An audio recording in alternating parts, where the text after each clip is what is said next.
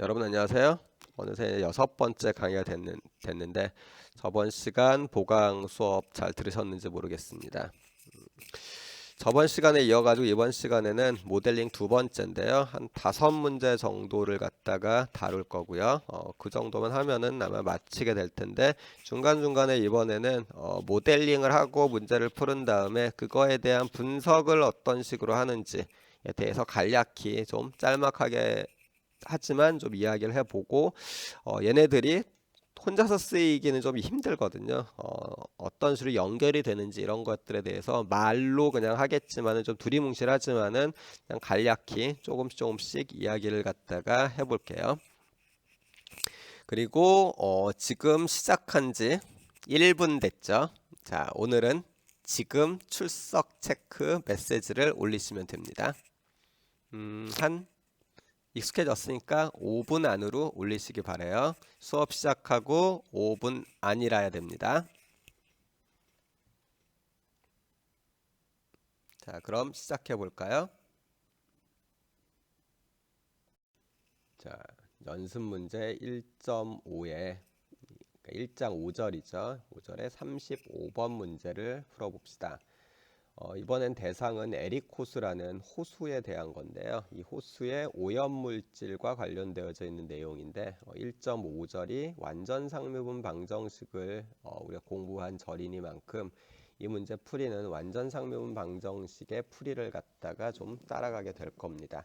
일단은 정보를 보고 문제에 맞춰서 모델링을 갖다가 좀 한 다음에 풀이로 들어가야 되겠죠. 우선 주어져 있는 정보는 호수의 용량이 450 세제곱킬로미터라는 것과 연간 유입량과 유출량이 동일하게 175 세제곱킬로미터라는 겁니다.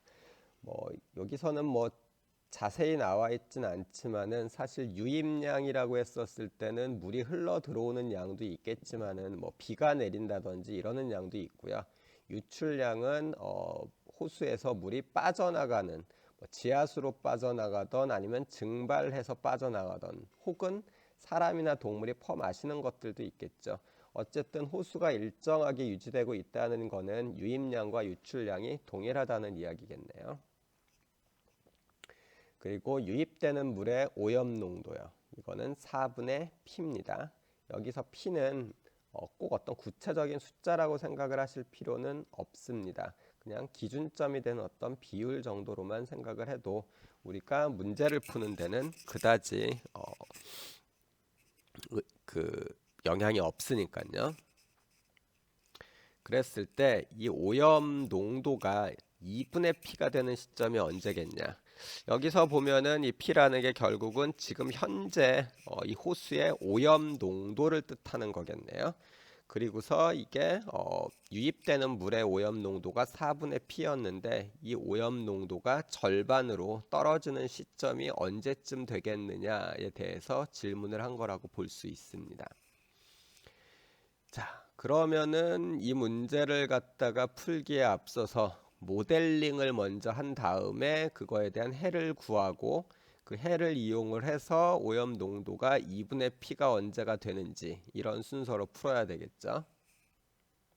그럼 일단은 오염 물질의 농도가 얼마가 되는지를 갖다가 알려고 하는 문제니까 변수를 y라고 했었을 때 이 y가 오염 농도율, 농도, 비율 이런 걸로 설정을 하는 게 아무래도 편할 거고요. 그리고 초기값은 p가 되겠죠. 자, 이랬을 때 우리가 알 수 있는 정보 중에 하나가 오염 물질의 비율이 변화한 양이요.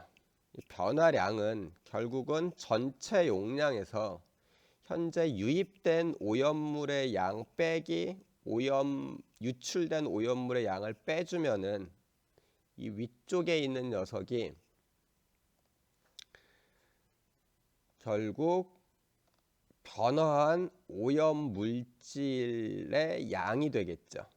그 양을 갖다가 전체 용량으로 나눠주면은 오염된 오염물의 비율이 얼만큼 변화했는지를 알 수 있을 겁니다. 그래서 요 식이 우리가 이번에 사용을 하게 될 불변식이 기본식이 되겠네요. 자, 그러면은 쭉 집어 넣어 주면은 지금 보시는 것처럼 y 프라임 이꼴 어쩌고 저쩌고 이렇게 쭉 나오게 되는데, 여기서는 식을 갖다가 중간에 제가 그냥 우리 몇 번 해봤으니까 건너뛰었습니다. 전체적으로는 델타 y고 전체 용량이라고 하는 부분에서 이게 시간 텀이 들어가겠죠. 유입량이랑 유출량 뭐 이런 것들 할 때 그 시간 텀을 그러니까 델타 t가 곱해져 있는 상태입니다. 실제로 여기서 보면 이거 곱하기 델타 t 이렇게 되어져 있는 상황에서 이 델타 t를 왼쪽으로 이항을 하고서 리밋을 갖다가 붙여서 미분 방정식으로, 그러니까 미분식으로 바꿔준 거예요. 그래서 요 밑에 녀석이 나온 거고요. 여기 나와 있는 450분의 175 이 부분요. 얘 같은 경우에는 오염물질 중에서 유입되는 양을 전체 용량으로 나눠준 거죠. 그리고서 비율 있죠. 비율을 갖다가 넣어준 겁니다. 조금 말이 좀 이상한데 조금 다시 이야기하면은 이 앞에 있는 녀석, 얘 같은 경우는 유입되는 양이요. 이거는 유입되는 양인데 이 양의 비율로 표현이 된 겁니다. 이유는 전체 용량을 유입량을 전체 용량으로 나눠준 거, 그 다음에 그 유입된 양 중에서 오염물질의 비율을 곱해준 겁니다. 그러면은 전체적으로는 전체 용량분의 유입 오염물의 양에 대한 비율이 나오겠죠. 그 다음에 요 뒤에 것도 마찬가지. 다만 요 뒤에는 y가 곱해졌는데, 이거는 현재 유출되는 양은 지금 현재 갖고 있는 오염물질 양에 비례하겠죠. 그거의 비율이에요.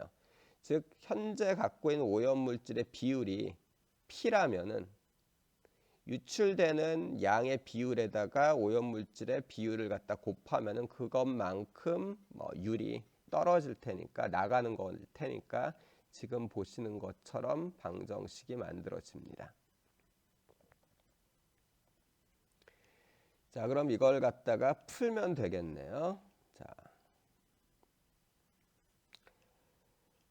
얘를 좀 풀려고 좀 정리를 했어요. 조금 전에 이야기한 것처럼 주어져 있는 이 식 같은 경우에는 좀 단순해서 사실은 변수분리법으로 풀 수도 있습니다. 그런데 단원이 완전상미분 방정식에서 나온 문제니까 그냥 우리 수업 시간에는 완전상미분 방정식의 풀이를 이용을 하기 위해서 지금 보시는 것처럼 첫 번째 식을 넘겨가지고 이렇게 만들었습니다. 오른쪽에 있는 뒤쪽 텀이죠. 이 텀을 넘겨서 그런 다음에 적당히 약분을 해준 거예요. 그리고 초기값은 우리가 알고 있듯이 P입니다. 자, 그럼 이 상태에서 우리가 지금 모델링을 한 방정식이 얘니까 이거를 이제 완전상미분 방정식 풀이를 이용을 해서 해를 구해내야 되겠죠. 자, 얘를 완전상미분 방정식의 형태로 일단 바꾸기 위해서 묶은 다음에 이렇게 했습니다. 물론 이렇게 하지 않고요.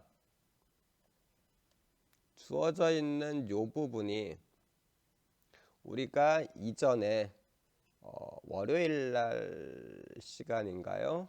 아니면은 전 시간에 우리가 공부한 바에 의하면은 이거를 그냥 얘를 P라고 놓고서 이 P를 적분한 다음에 익스포넨셜을 붙여주면 그 녀석이 결국은 적분 인자가 되는 거였었죠. 그런데 여기서는 이제 그것도 이용하지 않고요. 그냥 전개한 다음에 구해보려고 한 겁니다. 자, 이렇게 놓고 보면 얘가 완전상묘분 방정식 풀이에서 조금 전에 이야기한 것처럼 P를 갖다가 그대로 써서 적분인자는 구했고요.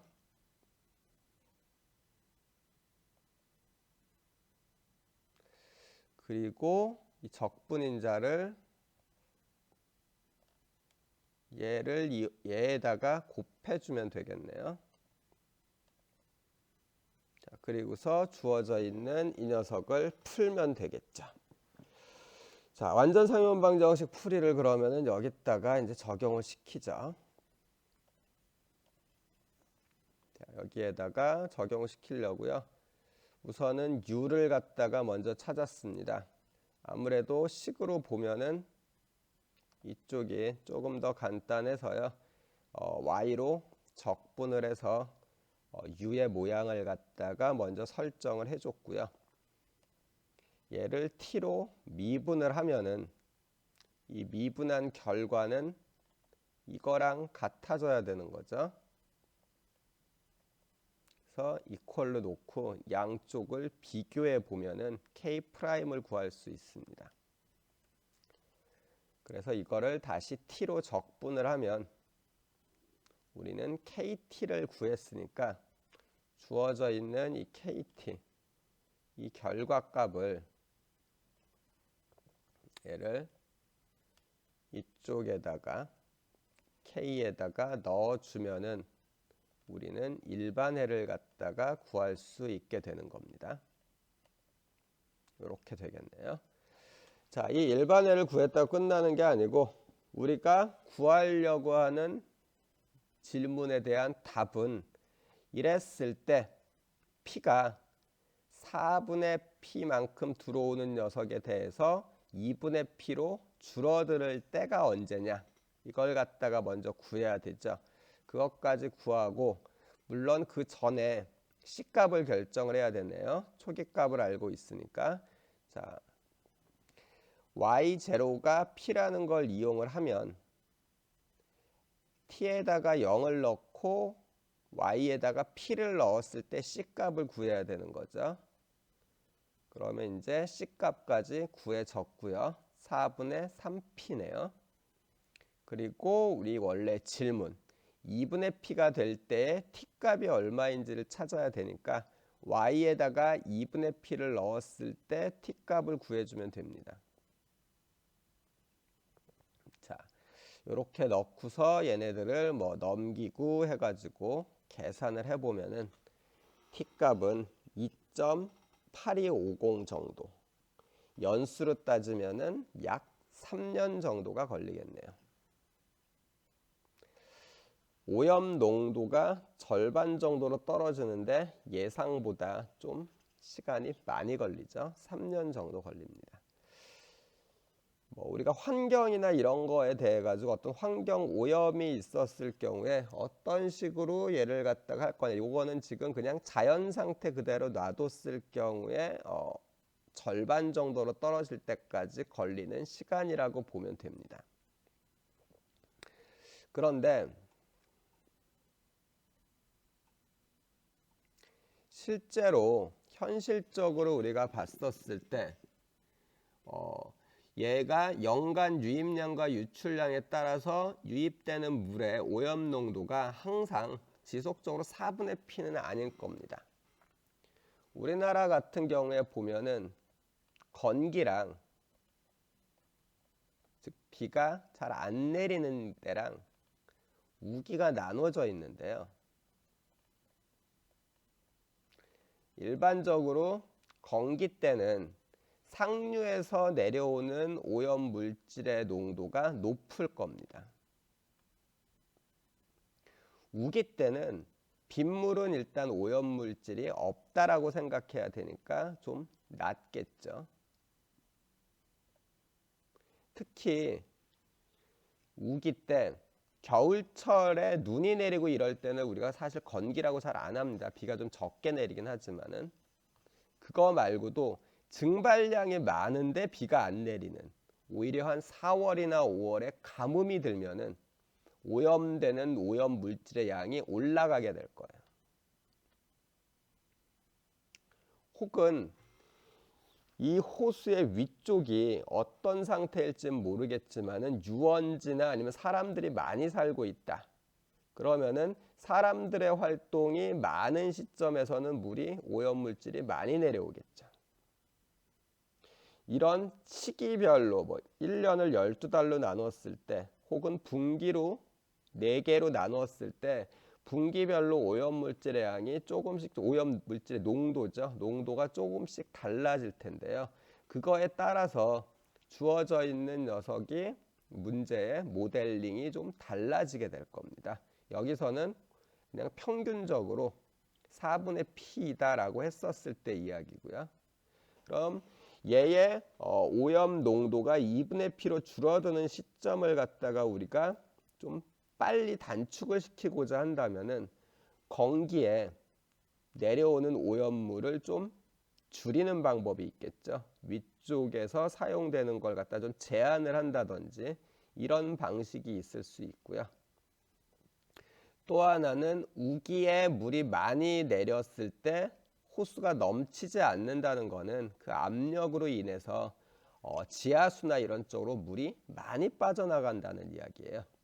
오염물질도 같이 빠져나가죠.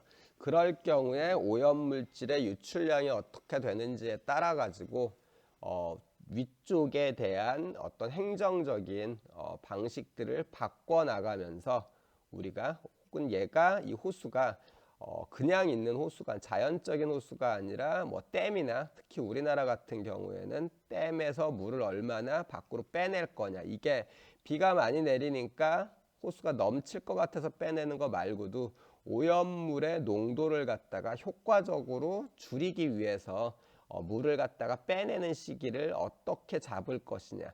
예를 들면은 건기에 빼내면은 오염물질의 농도가 획기적으로 줄어들 겁니다. 우기에 빼내면은 오염물질의 농도가 줄어드는 율이 좀 줄어들겠죠. 그 율이 천천히 줄어들 겁니다. 왜냐하면 위쪽에서 유입되는 오염물의 양이 작으니까요. 그런데 건기에 물을 많이 빼내게 되면은 위쪽에서 오염물이 많이 내려오고 있기 때문에 호수의 물 자체가 줄어들면은 호수의 오염 농도는 올라가게 돼요. 그게 주변에 있는 이 호수를 기준으로 해가지고 주변에 농사를 짓거나 사람들이 여기 있는 물을 갖다 마실 때 문제가 생길 수 있죠. 그런 것들을 갖다가 고려하기 위해서 현재 이 오염 농도를 어느 정도로 유지하면서 최대한 빠른 속도로 오염을 갖다가 희석시킬 수 있는지, 그리고 이 한계는 어떤 정도인지, 위쪽의 상류에 대한 행정적인 제한을 어떤 식으로 해야 될지, 이런 것들을 갖다가 계산을 할 때 우리가 이런 방정식을 이용합니다. 그때는 지금 우리가 본 것보다는 조금 더 복잡한, 시간에 따라서 오염물질의 농도가 달라지게 되니까 변수가 한 개 더 들어가게 되죠. 그러면은 편미분 방정식이 될 텐데요.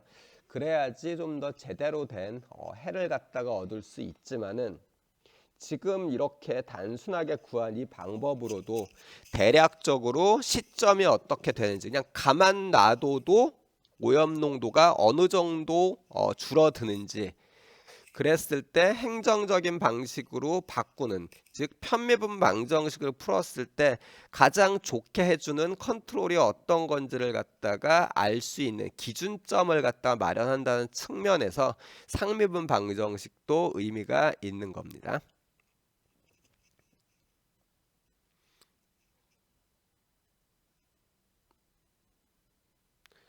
자, 그러면은 다음 문제로 넘어가 보죠. 자, 이번에는 1.3에 있는 연습 문제를 다시 한번, 예제죠. 예제를 다시 한번 풀어보려고 그러는데요. 앞쪽에서는 완전 상미분 방정식에 대한 풀이였지만은 이번에는 얘는 그냥 상미분 방정식인데 조금 다르게 모델링을 해보면은 비선형으로 나오기 때문에 1.3에서 약간 다른 거라 뒤쪽으로 좀 뺐습니다. 일단 주어져 있는 문제를 갖다가 좀 보면은 지금 그림에서 보시는 것처럼 반지름이 라지 R인 이런 녀석이 하나가 있고요. 밑에 구멍이 나 있어요. 스몰 r만큼의 반지름인 구멍이 나 있는데, 그랬을 때 일단 처음에 주어져 있는 거는 뭐 H0이겠지만은 현재 물의 높이를 H라고 하고요. 처음에는 H0만큼의 물이 있었고요.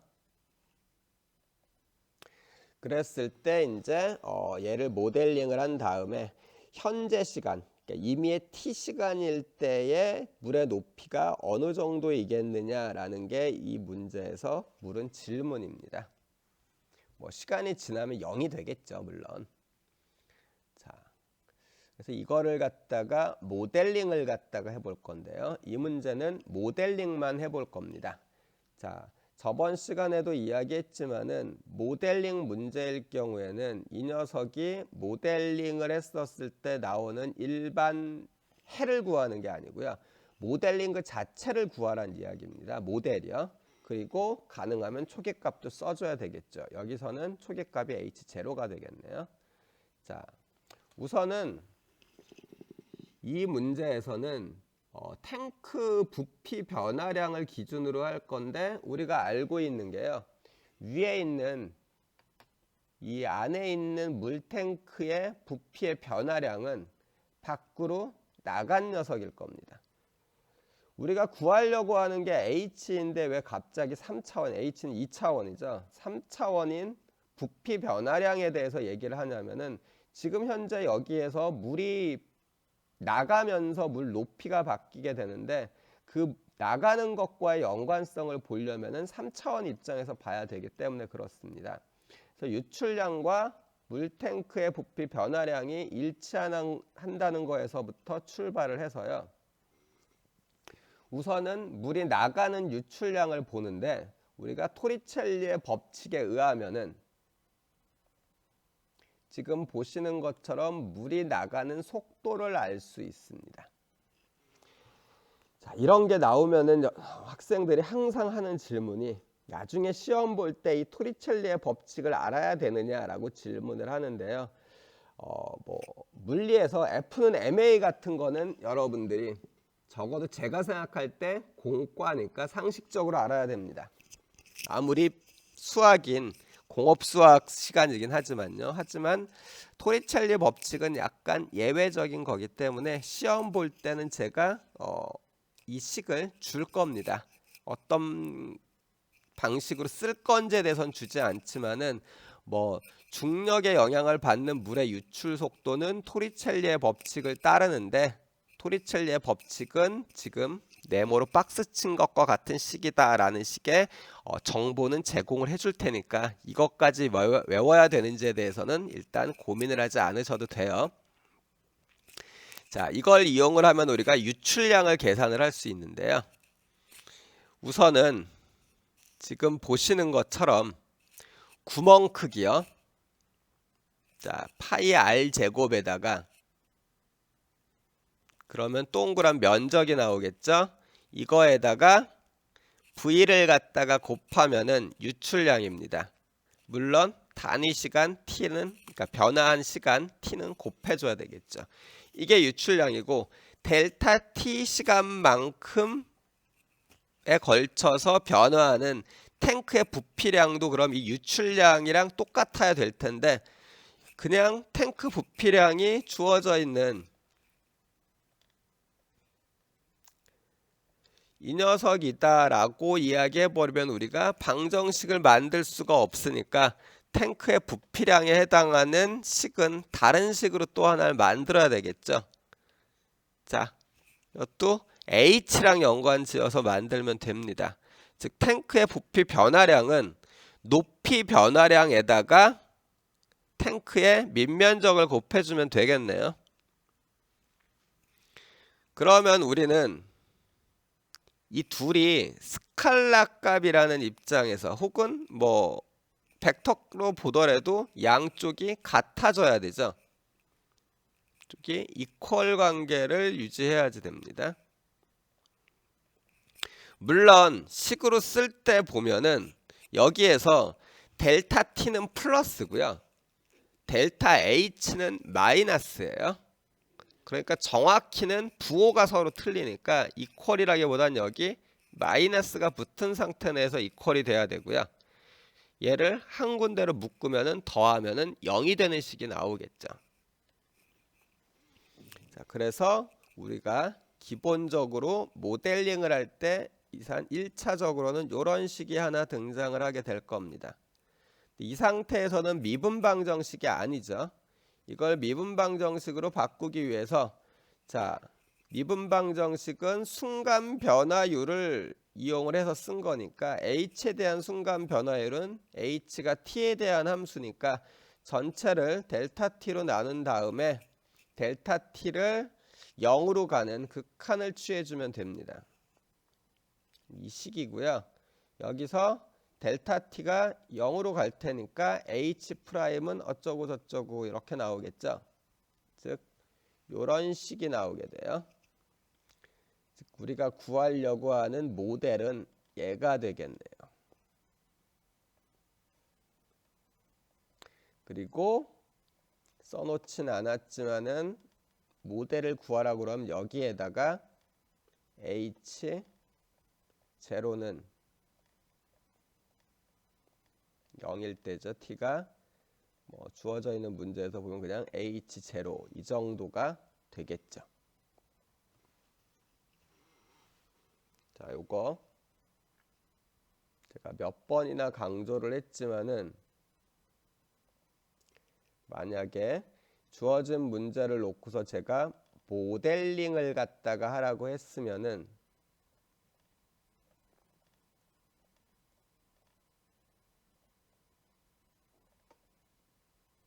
여러분이 나중에 해는 요렇게 쓰셔야 됩니다. 물론 뭐 중력과 속도라든지 이런 거를 갖다 주었을 때는 저 안에 있는 이 G 부분에 있는 G에다가 9.8을 넣어도 되고요. R이랑 스몰 r이랑 라지 r이 주어져 있으면은 r이랑 스몰 r이랑 라지 r에다가 값을 다 집어 넣어서 식을 갖다가 만들어 놔도 상관은 없습니다. 이 문제는 그냥 모델링을 하는 데까지만 문제를 풀어 볼 건데 전체적으로 이거는 식을 보면은 h 프라임 이퀄 비례상수 어떤 k에다가 h의 2분의 1승인 꼴이에요. 따라서 비선형이고요. 물론 이게 그냥 전체 2분의 1승이기 때문에 넘겨서 변수분리법으로 풀 수도 있고요. 혹은 우리 앞쪽에서 보면은 베르누이 이퀘이션을 갖다가 풀 때 기준으로 하면은 h의 마이너스 2분의 1승으로를 갖다가 바꿔서 선형으로 바꿔 푸는 방법도 배웠죠. 둘 중에 어느 쪽을 택하든지 상관은 없습니다. 그 풀이는 여러분들이 직접 한번 해보시기 바랍니다. 자, 그럼 다음 문제로 넘어갑니다. 자, 이번에는 1.5절에 있는 36번 연습 문제인데요. 여기서는 일단 로지스틱 방정식을 따르는 어떤 개체에 대해 가지고 모델링을 갖다 해볼 거고요. 평형해라는 거에 대해서 이야기를 해볼 생각입니다.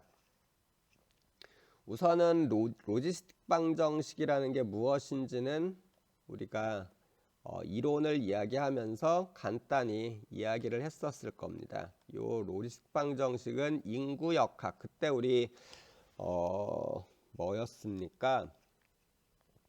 베르누이 이퀘이션을 하면서 베르누이 이퀘이션의 예 중에 하나로서 로지스틱 방정식을 이야기를 했었는데요. 형태로 보면은 y 프라임 이퀄 a y 빼기 by 제곱 이렇게 되는 걸 갖다가 로지스틱 방정식이라고 했었고, 보시는 것처럼 여기에서 A는 즉 Y는요, 이거는 출생에 대한 거고요. 그 다음에 뒤쪽에 있는 B는 Y제곱은 사망에 대한 겁니다. 어떤 개체수의 변화가 지금 보신 이 방정식처럼 이루어져 있다라고 할 때 우리가 어떤 개체수가 로지스틱 방정식을 따른다라고 이야기를 합니다. 그리고 평형해라는 게 나올 텐데,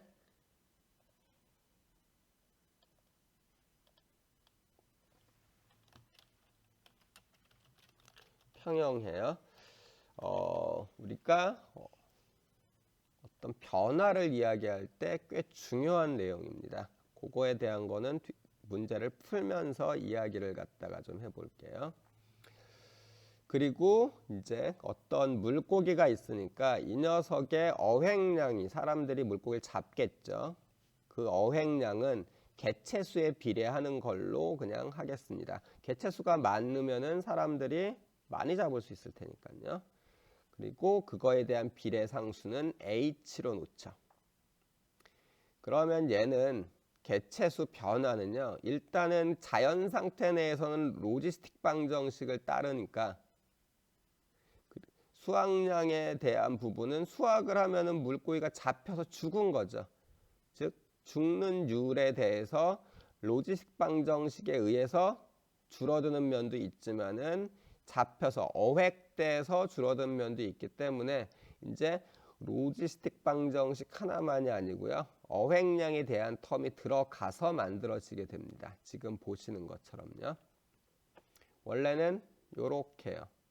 여기까지가 로지스틱 방정식이고요. 여기에 사람이 들어가서 요게 됩니다.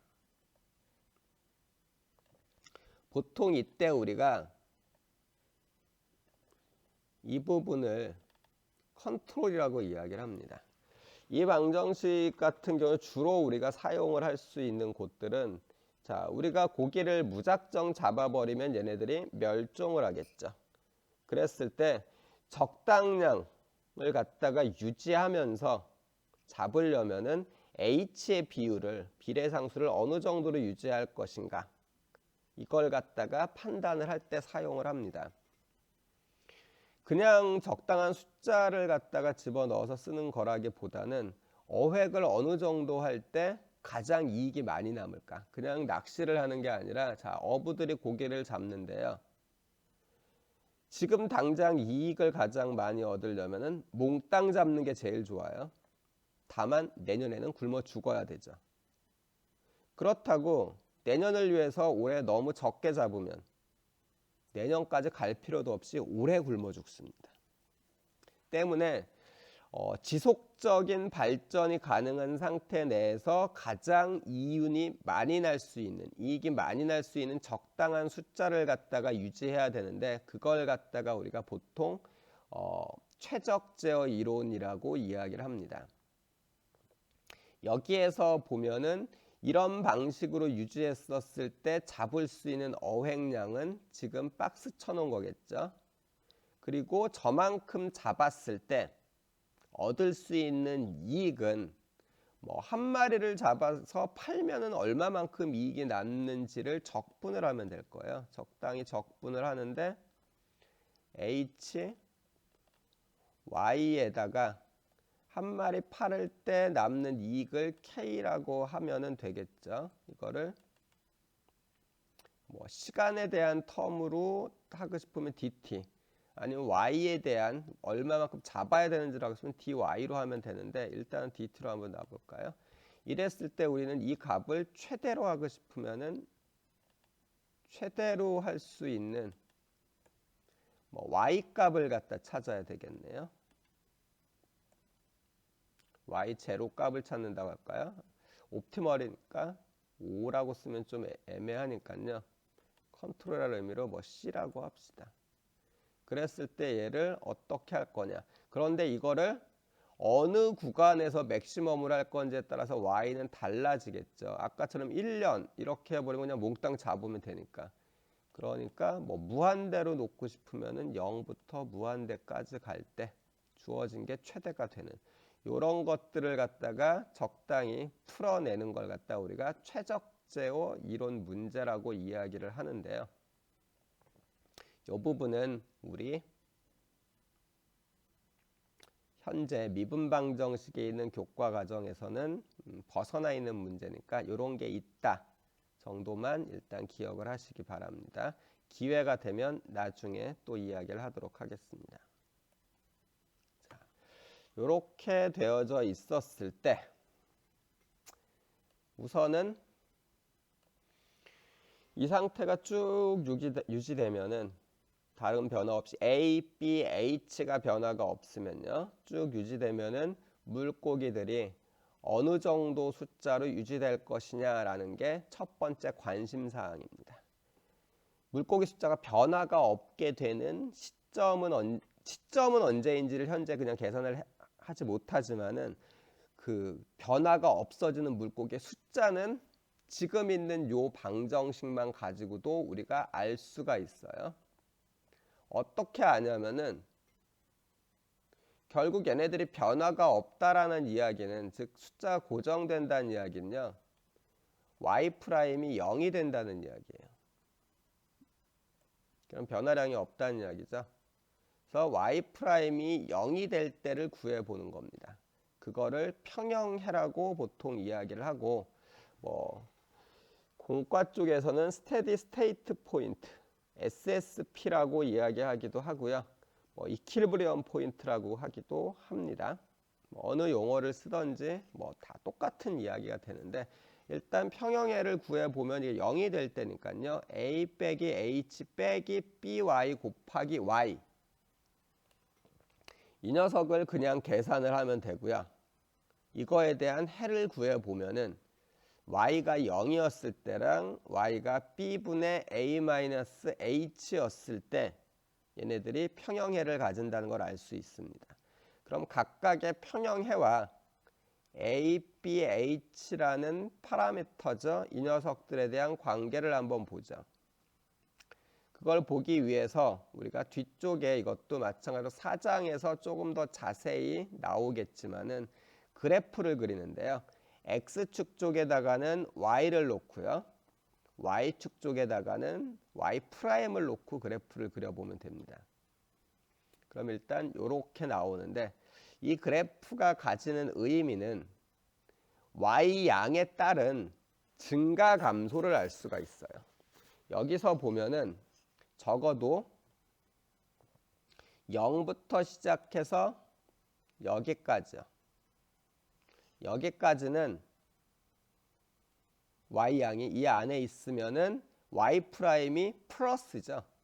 따라서 증가합니다. 즉 이 구간 안에서는 y 값이 시간에 따라서 오른쪽으로 이동을 한다는 이야기예요. 그리고 넘어가게 되면요.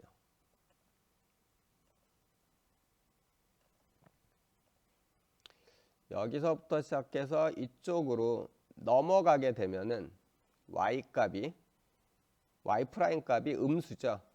따라서 이때는 감소하겠죠. 이런 식으로. 그럼 얘는 이쪽에 평형해가 짜잔 하고 만들어졌었을 때, 즉 어쩌다 보니까 이 부분에 딱 가 있은 다음에 잘 안 보이죠?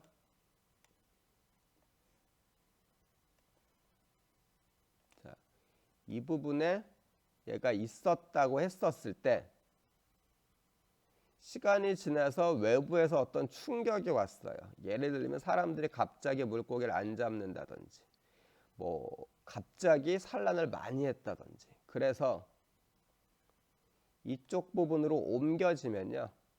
시간이 조금 지나면 다시 이 3 위치로 온다는 이야기입니다. 혹은 뭐 갑자기 물고기가 어느 정도 떼죽음을 갖다 당해서 이쪽으로 갔다고 하더라도 시간이 지나면 다시 이쪽으로 오겠죠. 즉 주어져 있는 게 평형해이긴 한데요. 평형해의 의미로서 요 주어져 있는 평형해에서 좀 벗어나더라도 시간이 지나면은 다시 이쪽으로 온다라고 볼 수 있습니다. 이런 경우를 갖다 우리가 평형해 중에서 안정해라고 이야기를 합니다. 안정해요.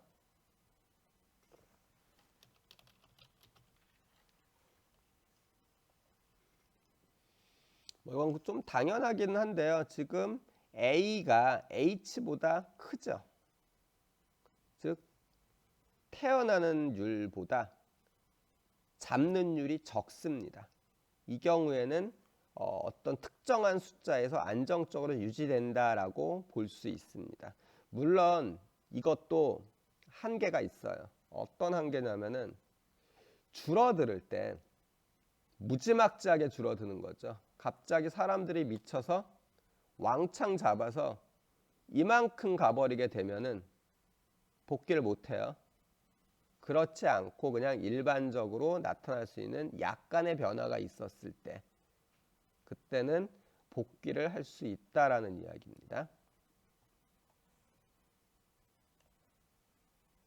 자, 그렇게 되는 안정해 부근의 요 값이요. 요 값은 우리가 지금 계산한 것과 같이 얘가 되겠죠. 그리고 조금 전에 이야기했던 것처럼 그 값에 대해서는 그 값보다 작으면 증가를 하고 많으면 감소하는 그런 형태를 갖다 띠게 될 텐데 A가 H보다 작으면 어떻게 될까요? A가 H보다 작으면 뻔히 주어져 있는 녀석은 요 녀석이요. 지금 우리가 구한 y 콜 b분의 a-h는 음수가 나올 겁니다. 따라서 이렇게 만들어지겠죠. 그러니까 이 부분이 b분의 a-h요. 사실 이 경우에는 아주 당연히 양수의 어떤 y값을 갖다 가지던지 전부 다 0으로 수렴을 합니다. 따라서 무조건 멸종하겠죠. 우리가 알고 있는 상식이에요, 이건. 왜냐면 태어나는 것보다 잡는 율이 더 높으니까 멸종을 할 겁니다. 요거를 피해야 되겠죠. 그러려면은 사실 A 값도 잘 알아야지 되고요. 그거에 맞춰서 H 값을 갖다가 잘 판단을 해야지 됩니다. A 값을 구체적으로 우리가 알아내기 위해서는 우선은 죽는 것도 알아야지 되지만은 태어나는 변화량을 갖고 판단을 해야지 되는데 그동안에 잡지 말라고 할 수가 없잖아요. 그 잡는 것까지 감안을 해가지고 H를 적당히 계산해내는 그런 방법들이 좀 필요하겠죠. 그리고 이것도 우리가 어떤 물고기를 유지하기 위해서 어떤 식으로 어획량을 갖다 조절하자라는 것들을 딱 단정을 짓기 위해서는 여러 가지 다른 변수들이 사실 들어갑니다. 아까 얘기했던 최적 제어 쪽으로 갖고 가려면은 실제 물고기를 많이 잡는다고 무조건 이익이 남지는 않습니다. 어획량이 많다고요. 장기적인 걸 갖다 빼더라도 어획량이 지나치게 많아지면 오히려 값이 떨어지는 데 비해 가지고 잡을 때 드는 돈이 더 많이 드는 걸로 인해서 손해가 나는 경우도 있어요. 판매망에 대한 확보도 필요하고요. 그런 요인들을 갖다가 몽땅 다 집어넣어 가지고 보통은 미분방정식을 만들고요. 그거를 감안을 해 가지고 아까 최적 제어 이론에 대한 코스트 함수를 만들어서 문제를 갖다가 풀게 되겠죠. 또 요거에서 뭐 별다른 것들은 하지 않고 이 문제는 여기까지 하도록 하겠습니다. 자, 연습 문제 1.5절의 34번 연습 문제를 이번엔 풀어보겠습니다. 요즘 우리가 이제 코로나19라는 전염병에 대한 것 때문에 되게 문제가 많은데요. 요거는 아주 간단한 형태로 전염병의 확산 속도에 대한 거를 갖다가 이야기하는 문제인데요. 뭐 지금 우리가 하려고 하는 거랑은 좀 거리감이 있다기보다는 좀 너무 단순화시킨 거죠. 여기서는 아주 간단합니다. 우선은 감염자가 있고요. I라고 보통 표현합니다. 비감염자가 있습니다. S. 이렇게 해가지고 문제를 갖다가 하는데 여기서는 그런 것도 안 할 거고요. 딱 둘 뿐이 없으니까 보통은 저기에다가 이제 리커버리 텀도 넣고 그리고 감염된 사람이 코로나19 같은 경우는 무증상 감염이 있죠. 무증상일 경우에 감염을 시키느냐 안 시키느냐에 따라 가지고 파라미터들이나 이런 것들이 좀 많이 달라지게 되는데요. 그런 것들은 싹 다 제외하고 아주 단순한 상태로 감염자와 비감염자가 있고 이 둘 사이에 감염되는 전염병 확산 속도는 접촉한 횟수에 비례한다 라는 걸 갖다가 전제로 깔고서 이제 문제를 갖다 풀을 겁니다. 그랬을 때 가정으로 보통은 전염병이 이렇게 발생을 하면은 이동을 제한을 하는데 여기서는 아주 자유롭게 잘 만납니다. 이걸 가정을 할 거고요. 그랬을 때 얘의 평형해랑 그 해의 안정성은 어떻게 되는지를 갖다 일단 볼 겁니다. 그리고 두 번째로 시간이 무한히 흐르면은 감염된 사람의 비율이 어떻게 될 거냐. 자, 이거는 적어도 두 번째 질문은 우리가 뻔히 알아요.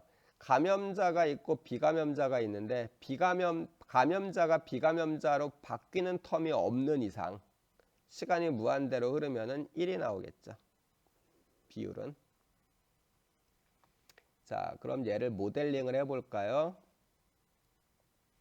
우선은 여기에서 지금 묻고 있는 게 감염된 사람의 비율의 변화에 대해서 묻고 있으니까 감염된 사람의 비율을 Y라고 놓고요.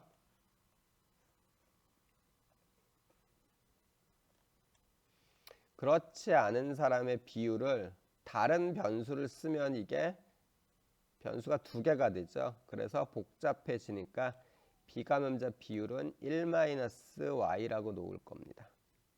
그 다음에 접촉했었을 때 어느 정도 비율이 될지는 모르지만은 그냥 접촉 시 감염 비율을 K라고 놓을 겁니다. 그러면은 식 자체는 Y'은 KY 곱하기 1-Y가 될 거예요. 자, 이 식이 왜 나왔냐? 여기서 나오게 됩니다. 감염자와 비감염자 사이에 접촉 횟수에 따라서 확산 속도가 결정이 되는 거였었죠. 접촉 횟수는 둘이 인원이 많으면 많을수록 커질 테니까요. Y 곱하기 1-Y라고 했고요. 앞에 접촉 시 감염 비율로 K를 갖다가 곱해 준 겁니다. 자, 이 상태로 놓고서 이제 평형해랑 그 해의 안정성을 판단을 해보죠. 우리가 평형해를 구할 때는 어떻게 한다고 그랬어요? 그렇죠. Y'이 0일 때입니다. 따라서 Y' 이퀄 0이라고 놓고서 2차 방정식을 그냥 풀면 됩니다. 구해보면은 Y는 0일 때랑 1일 때가 Y' 이 0이 된다는 걸 알 수 있고요. 이거 그래프를 갖다가 그려보는 게 더 편하긴 하지만은 일단 한번 먼저 그려볼까요?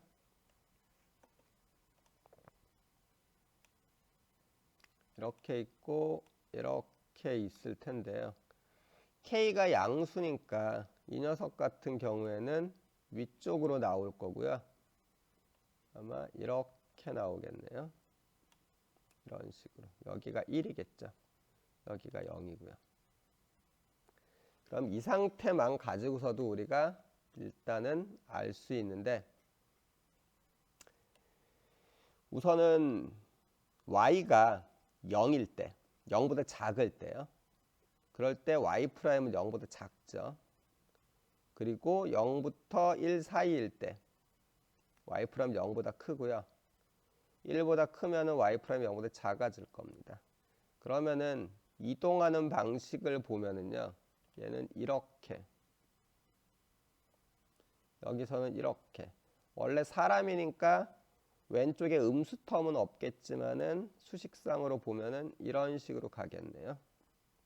따라서 얘는 값이 여기에서 조금 변하더라도 다시 자기 자리로 돌아오는 안정해고요. 얘는 안정해입니다. 그리고 이쪽에 있는 녀석이요. 얘는 불안정해가 되겠죠. 그거는 지금 이쪽에서 써놓은 걸로도 알 수 있는데요. 사실 그림을 안 그리고서도, 자, 얘 0일 때를 기준으로 보면은 0보다 작으면은 음수니까 0에서 멀어질 거고, 이쪽을 보면은 0보다 커도 0에서 멀어지죠. 따라서 주어져 있는 y = 0에서는 불안정해라는 걸 갖다 알 수 있고요.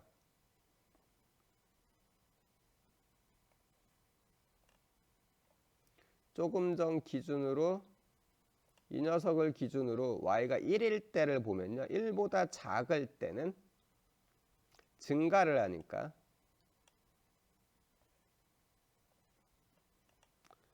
증가를 하기 때문에 1에 가까워질 거고요. 1보다 큰 경우에는 감소를 하니까 또 1보다 1에 가까워지겠네요. 벗어나면. 따라서 y = 1일 때는 안정해라는 것을 알 수 있습니다. 이런 상태에서 t가 무한대로 갈 때 어떻게 되는지를 갖다가 보죠. 사실 왼쪽에 지금 그려놓은 것만 가지고서도 계속해서 진행이 되면은 사람이 비율로 따졌으니까 값이 1보다 클 수가 없어요. 그럼 값이 나올 수 있는 건 0부터 1 사이이기 때문에 이건 궁극적으로 1에 도달한다라는 걸 갖다가 알 수 있지만, 우리는 식을 갖다가 분석한다는 의미에서 얘네들이 어떻게 될지 일단 방정식 자체를 갖다 좀 풀어봅시다.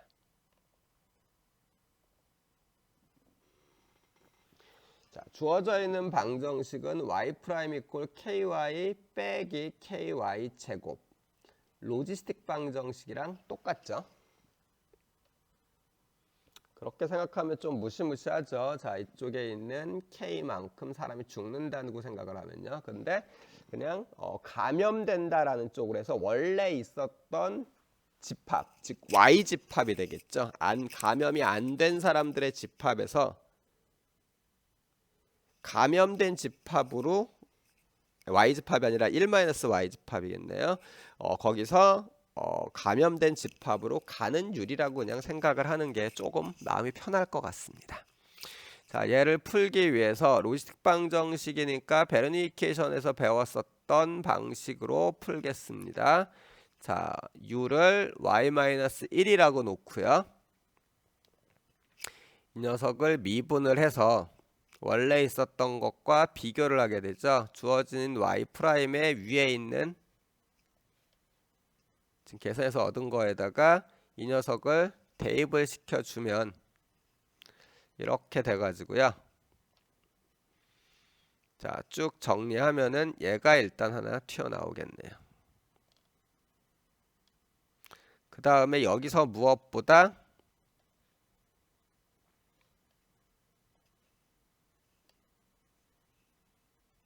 y-1승이 u라는 것까지 감안을 하면은 이제 이렇게 식이 돼서 결국은 y 텀이 없어지고 u에 대한 걸로 식이 만들어졌습니다.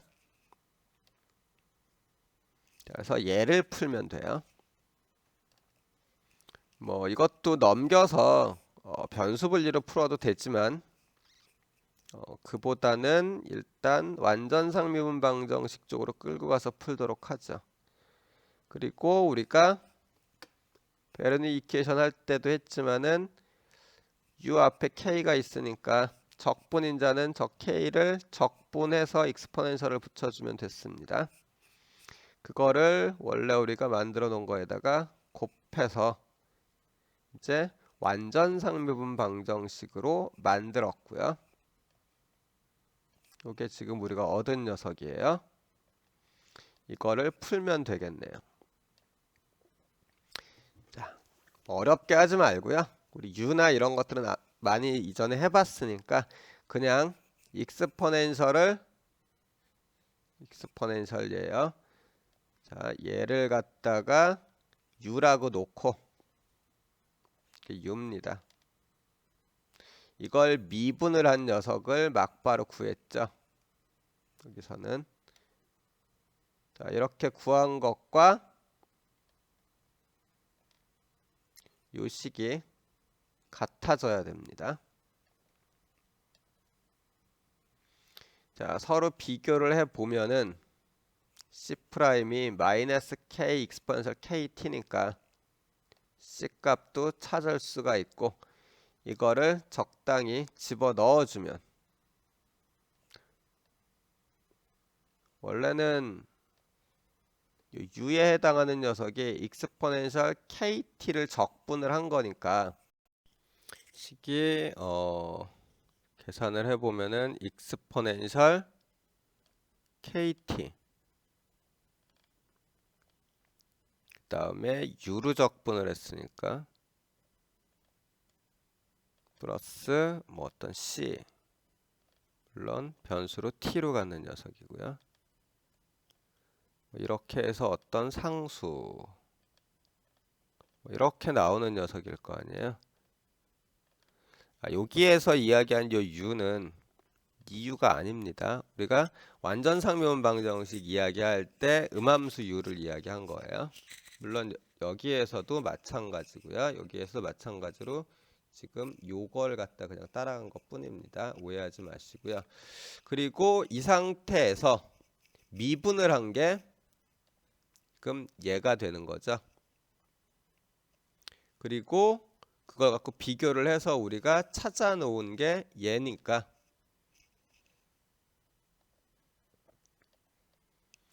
찾은 이 녀석을 여기에다가 집어 넣어 주면은 우리가 구하려고 했던 녀석을 구할 수 있겠네요.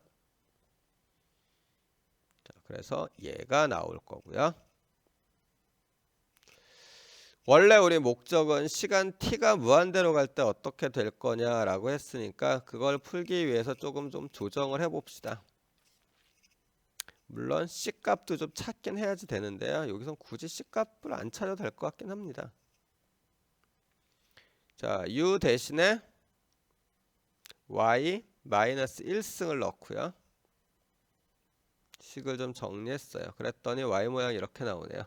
이 상태에서 t가 무한대로 가면은 결국은 이 텀이 없어지죠. 따라서 y는 1이 나올 겁니다. 극한값을 구하는 거니까요. y가 1이 된다는 게 뭐죠? 그렇죠. 비율이 1이니까 모든 사람이 다 감염된다. 그래서 이런 상태에서는 모든 사람이 다 감염될 것이다 라고 생각을 하시면 됩니다.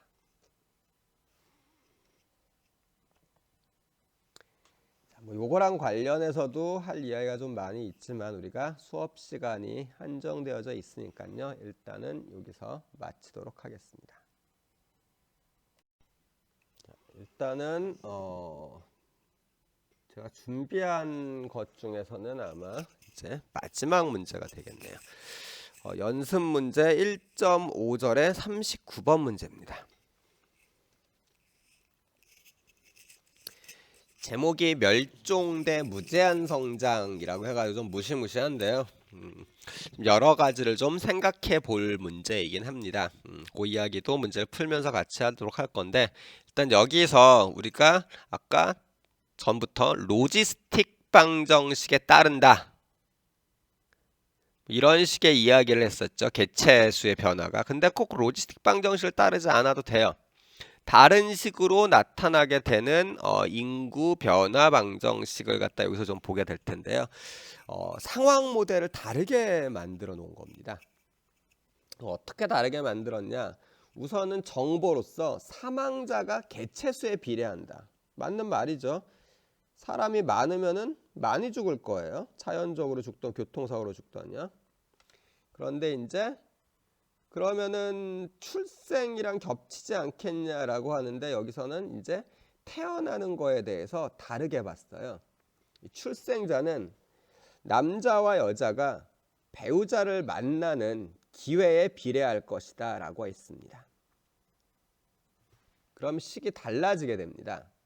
일단 배우자를 만나는 기회라고 하려고 그러면은 남자랑 여자를 갖다가 서로 다른 군으로 만들어야 돼요.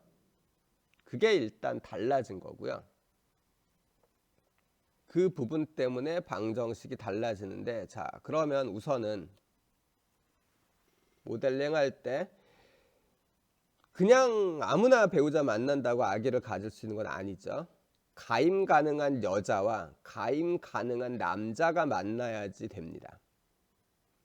그래서 그 전체 인구 중에서 가임이 가능한 여자 숫자와 가임이 가능한 남자 숫자를 갖다 일단 빼야 되고요. 죽는 텀도 있으니까. 그리고 만난다고 해가지고 다 아기를 가지는 건 아니죠. 가임 비례상수, 그 다음에 죽는 거에 대한 사망 비례상수를 각각 K1, K2로 설정을 했습니다. 이렇게 놔야지 이제 Y' 만들어지겠네요.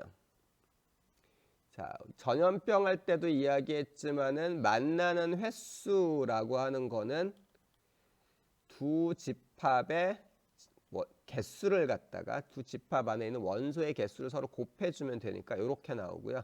거기에 가임 비례상수를 곱한 게 바로 이제 출생하는 양이 되겠죠. 그 다음에 뒤쪽에 있는 거는 사망입니다. 이렇게 놓으면은 전체적으로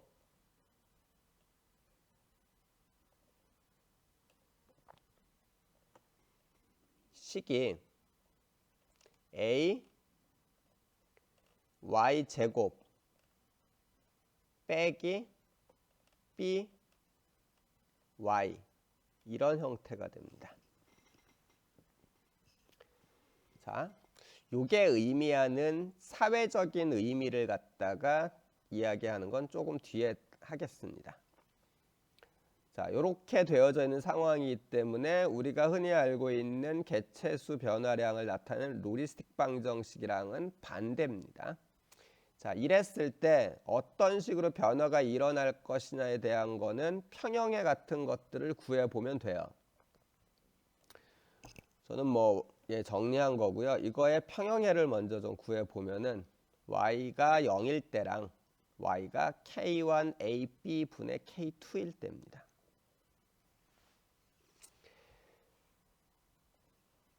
그냥 보면은 알기가 조금 난해하니까 자, 그래프를 그려보자. 이번에는 식을 보면은 y제곱 텀이 양수죠. 앞에 파라미터가 y텀이 음수기 때문에 지금 보시는 것처럼 아래로 볼록한 형태가 될 거고요. 여기가 0, 여기가 K1AB 분의 K2 이렇게 됩니다. 그리고 형태에서 알 수 있듯이 뻔히 자, 작을 때는 음수니까 왼쪽으로 갈 거고요. 클 때는 양수니까 오른쪽으로 갑니다. 이 얘기는 이쪽이요. 여기에서 조금이라도 벗어나면 즉 작아지는 쪽으로 가게 되면은 결국 예로 수렴을 하게 되고요. 많아지는 쪽으로 가게 되면은 완전히 쭉 올라가 버린다는 이야기입니다. 그러니까 균형해가, 즉 평형해가 균형점으로서 되게 불안정한 거예요. 우리가 로지스틱 방정식을 따르는 우리 물고기 같은 거 아니면 대부분의 짐승들은 로지스틱 방정식을 따른다라고 알려져 있습니다. 그렇게 생각을 하죠. 그 녀석들 같은 경우에는 이렇게 됐어요. 왜냐하면 식 자체가 a, y 빼기 b, y 제곱이기 때문에 그래요. 지금 우리한테 주어진 이 식과 이 로지스틱 방정식을 따른다라고 하는 거에는 가장 기본적인 그 사회를 갖다 보는 그 집단의 그 출생, 인구 증가에 대한 관점이 서로 완전히 다른 건데요. 로지스틱 방정식 같은 경우를 따른다고 할 때는 이게 출생 텀이 됐다는 거는 그 사회에서 가장 중요한 게 인구 증가라는 거랑 똑같습니다. 즉 인구 증가를 갖다가 동물들 같은 경우에는 가임기나 뭐 자기 의사 이거 이전에 발정기가 있죠. 그러니까 그냥 DNA에 안에 갖고 있는 거기 때문에 특정한 발정기가 되면은 난리가 나죠. 그런데 비해 가지고 이쪽 사람은 그런 거 없이 만나서 자유연애입니다. 가임 가능한 여자와 남자가 만나가지고 적당히 어떤 조건이 맞았을 경우에 서로 좋아하는 이런 조건들이 맞았을 경우에 아기를 낳는 거죠. 결혼을 해서 낳던 뭐 어떻게 낳던 낳는 이런 상황이 된다라고 보기 때문에 서로 상황이 틀려요. 즉 그 다음 개체를 사람한테 개체라고 하니까 좀 이상한데 다음 어떤 개체를 만들어내는 방식으로 로지스틱 방정식은 그 구성원들의 의사랑 상관없이 만들어지는 거고요. 지금 만든 모델은 구성원들의 의사에 따라서 만들어지는 겁니다. 인류가 항상 이런 식으로 발전해 온 건 아니에요. 우리가 알고 있듯이 뭐 외국도 마찬가지고요. 어느 나라든지 뭐 예를 들면 조선시대 같은 경우에 제가 알고 있기로는 나이가 어느 정도 이상 된 딸을 부모가 출가시키지 않으면, 즉 결혼을 시키지 않으면은 양반인 경우에는 귀양을 갖고요. 평민인 경우에도 세금이 엄청나게 부과가 됐었던 걸로 알고 있어요. 물론 딸이 뭐 병이 있거나 뭐 이런 특별한 이유가 있으면 그렇지 않지만은 특별한 이유 없이 결혼을 안 시키면요. 즉 국가에서 가임 가능한 여성이나 가임 가능한 남성에게 아예 의무를 지워버린 거예요. 애를 낳아야 된다. 선택사항이 아닌 거죠. 그런 상태로 유지되는 사회 내에서는 지금처럼 뭐 만나서 어쩌고 저쩌고가 아니라 이쪽에 있는 로지스틱 방정식과 똑같은 상황을 유지하기 때문에 특별히 자연적인 재해가 발생하지 않는 이상 혹은 발생하더라도 이쪽에 인구가 어느 정도 고정이 됩니다. 여기에서 A, B, 특히 B에 해당하는 부분은 그 사회 생산력이나 뭐 이런 것들에 의해서 결정이 될 거기 때문에 의료시설이나 이런 거 그렇기 때문에 그냥 그 사회에 뭐 생산량이 늘어난다거나 아니면 뭐 흉년이나 이럴 때 좀 적게 준다 그러면은 이쪽 부분에 있는 평형해는 점점 늘어나겠죠.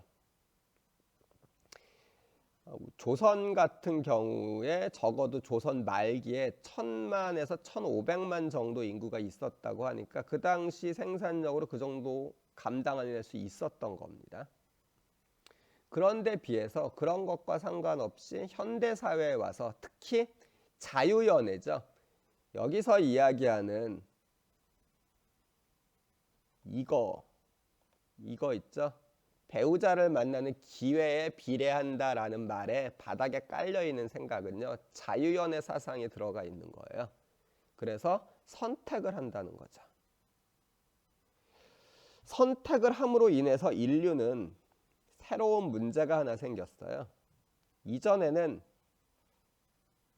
멸종할 가능성은 없었는데요. 지금은 멸종이 가능합니다. 균형해가 이쪽에 있죠. 그런데 만약에 지금 현재 인구가 이쪽에 있는 거라면 결국 이쪽으로 진행하겠죠. 그렇지 않고 이쪽에 있다면 인구 폭발입니다. 우리나라 같은 경우에 제 경험으로 보면은 1990년대 거의 후반 정도까지도 정부에서 내건 구호가 무자식 상팔자였어요. 즉 애를 낳지 말라는 거였죠.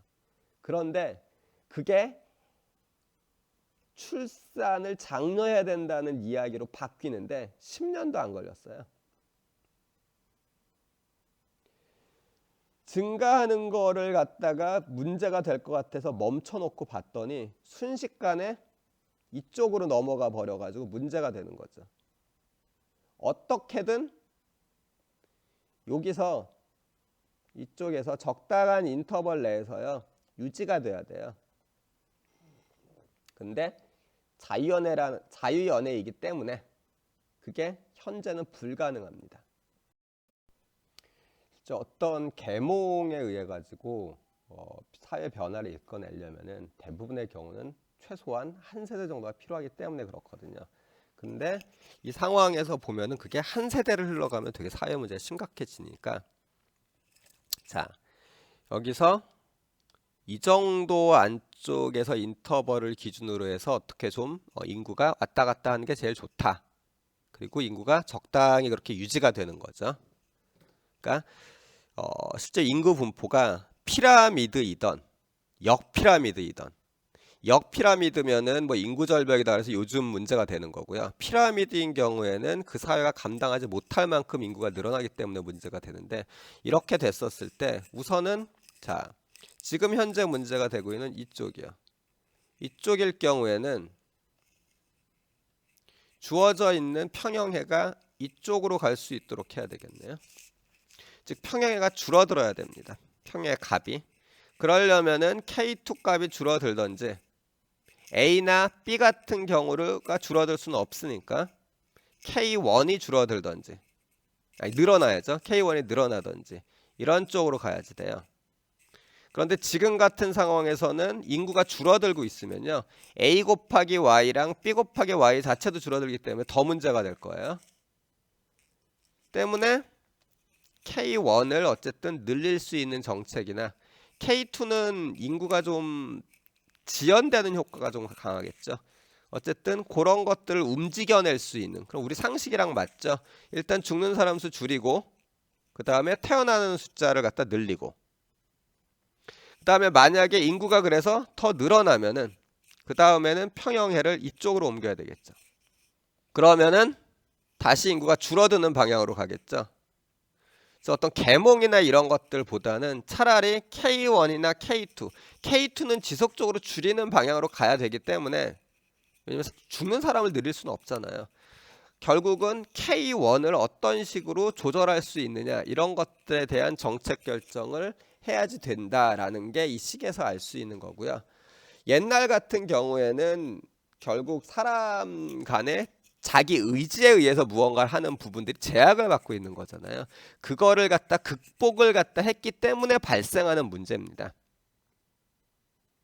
그걸 만약에 포기하면은 이런 문제 발생 안 할 겁니다. 근데 그걸 포기할 수는 없으니까 결국은 우리가 그걸 우리 권리를 가지면서 무언가를 갖다 하기 위해서 전체적으로 K1을 갖다가 늘릴 수 있는 방법 그것도 계속해서 이야기하지만 개개인의 어떤 권리나 아니면 권익을 갖다가 저해하지 않는 방법으로 만들어 나가야지 되겠죠. 뭐 이런 식의 이야기를 하면서 그럼 어떻게 하면 그걸 갖다가 만들어낼 수 있느냐라는 것들에 대한 건 또 다른 어떤 상황들을 갖다 좀 봐야 되고요. 결국 K1을 늘리기 만들기 위한 어떤 정책을 결정을 하는데 그걸 갖다 했었을 때 K1이 어느 정도 늘어날 거냐에 대한 거는 다른 미분 방정식들을 갖다가 다른 모델들을 이용을 해가지고 다시 검증을 해야지 됩니다. 그런 것들을 이것저것 모아가지고 이제 결과를 갖다 내는 게 우리가 모델링에서 봤었던 마지막 6번째 단계가 되겠죠. 이 정도로 이야기를 하면은 우리가 전체적으로 미분 방정식에 대한 이야기를 얼추 마치게 된 것 같습니다. 그럼 이제 이 정도까지 해서요. 이번 시간을 마치도록 하고요. 여러분들 일단 수고 많으셨고 일단 1장이 이걸로 끝납니다. 그리고 전 시간에 이야기했었던 것처럼 사실 1장을 마치고서 시험을 바로 봐야 되긴 하지만은 지금 코로나 때문에 우리가 그렇게 못하니까요. 어쩔 수 없이 오프라인 뒤쪽으로 이제 시험은 미루도록 하겠습니다. 이게 좀 많이 미뤄지면은 1차 시험이랑 2차 시험을 연달아서 봐야지 되는 사태가 벌어질 수 있거든요. 그러니까 미리미리 조금씩 준비를 해 두시기 바라요. 오늘 수고들 많았습니다.